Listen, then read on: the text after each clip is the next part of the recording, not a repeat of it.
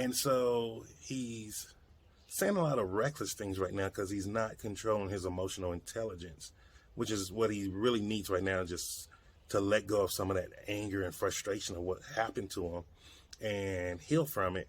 But most importantly, he's telling truths of like, yo, people are being abused, people are being mistreated. Like, we're human beings. Like, there's a level of respect and dignity that we all should be given.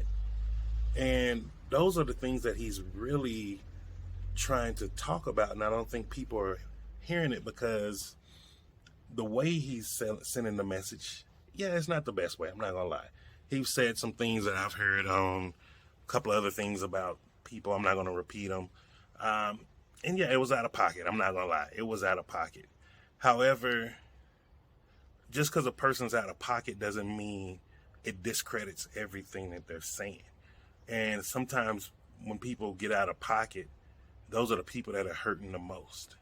And sometimes we should really take just a second or a third go around and try to really listen to what they're trying to say, because maybe it's the hurt, the disappointment, the letdown that's fueling that frustration and anger, and it's just making things come out that shouldn't come out.